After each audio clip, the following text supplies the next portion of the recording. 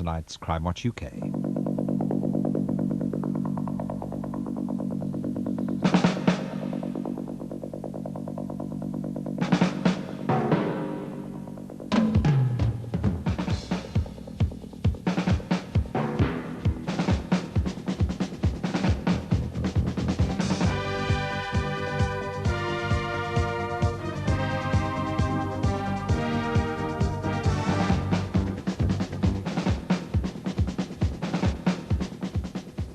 Well, welcome back. There have been some particularly useful calls since we came on the air tonight. Some good, strong, solid leads. And on one case, officers are actually on their way to make an arrest at this moment.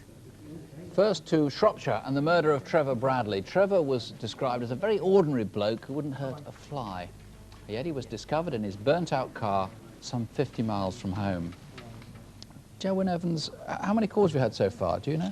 We've had in excess of 40 calls. The number of calls have been very encouraging. What have you got so far? I mean, you've looked relatively pleased on what looked like an almost impossible inquiry. Yes, we think we've cracked the Peugeot 405. We're quite confident we may be able to eliminate that from the inquiry. Now, that was a car seen speeding from the blaze in the fields where Trevor's car was on fire and his body was found. That's correct, yes. What about the blue car that was also seen in the area? We've had information of possible ownership of the Blue Sierra, and that's an inquiry we shall be pursuing. You also wanted to find out more about Trevor's background, his movement, so forth. People rung on that? Yes, we've had people from the gay community contact us and telling us of associationships that they've had with him. Some very interesting information. I mean, to be honest, at the beginning of the evening, as I say, it looked very unlikely you were going to make major advances on this. What's your feeling about it at the moment? Still a very difficult inquiry. It certainly is. The disappointment of this evening is that the anonymous caller hasn't contacted us again. That's the one who'd rung you on May the 26th, who said that he could name names. Well, did name names. That's correct, and I would appeal for that person to get back in touch with us. OK, well, the lines will stay open for at least 20 minutes, so please call. We asked for your help with the investigation into the murder of Rossella Middleton, or Rossi as her friends called her. She lived in Birmingham, and although well into her 80s, she travelled regularly around the city by bus. Rossi was last seen alive at 10:45 on the evening of Wednesday, April the 20th, as she got off at the bus stop near the estate where she lived, in Birchfield Road. And Malcolm Ross, you've been taking all the calls. The scarf was the most important clue. How have you been doing? Yes, 30 calls or so in all, both here and in the incident room of Birmingham. We've got several lines of information saying that this scarf came as an accessory with clothing sold by Debenhams and also mail order catalogues, which is very interesting. And 2 calls given the possible identification of Tom, probably living in the local area to Perry Bar in Birmingham. I must stress, of course, that Tom may very well be a friend, a genuine friend of Mrs. Middleton. If that's the case, we need him to come forward. What's his description again, in case anybody recognises him? 56 to 60 years of age, broad built with a beer belly, a little bit below average height, and was seen on 2 occasions wearing a navy blue Macintosh. Right, so if anybody knows of a scarf like this has been missing, or Thomas yourself, or anybody who knows Thomas, please give us a ring tonight. Incident desk now. David, you've been beavering away, looking as though you've been going through an awful lot of calls. What's happened here? Yes, we've had a lot in, Nick. First of all, on the Eastleigh rate, we've had 20 calls there, with 8 names suggested so far, without what's gone into the incident room, so that looks very promising. The Michael Fry murder was also getting quite a lot of attention. Yes, over 25 calls on that one. We've had some useful information. What we haven't had, though, is any information about the watch that was a Garrod watch. It has inscribed on the back of it, presented to M. Fry, Gardner Merchant Limited, 1989.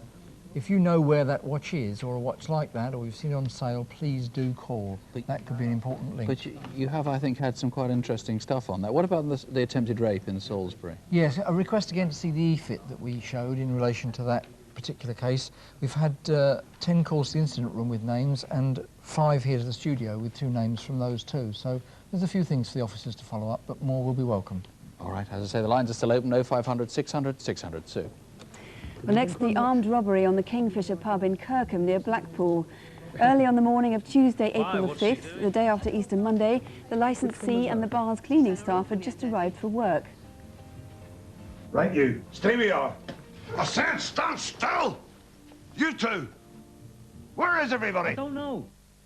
Well, Stuart Williams and his colleagues have been taking the calls. What information have you had, in fact?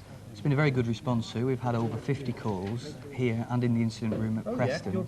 A dozen names have been mentioned, all of which we're following up right now. So several people do think they might have recognised the description of the gunman. That's right. If I can mention the description again. He's stocky build with grey, collar-length, straggly hair. He's got a weathered complexion, and in particular he's got a Northern Irish accent. And actually a sighting of him before the robbery, you think?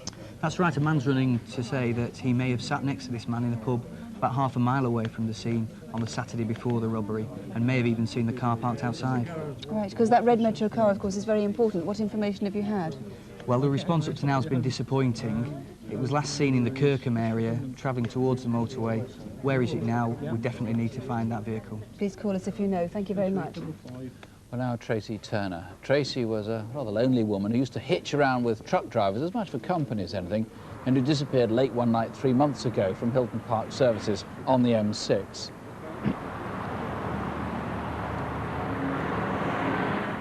Dave Cox, the sad truth is that the murder of prostitutes often attracts fewer callers than any other serious crime, but this has been phenomenal, and perhaps a remarkable tribute to that appeal from Tracey's mother. I think so. I think that it's touched people's hearts and underlined the tragedy involved. I mean, Tracey was a sad person, a somewhat lonely person. How many calls have you had on this? We've had 177 calls so far.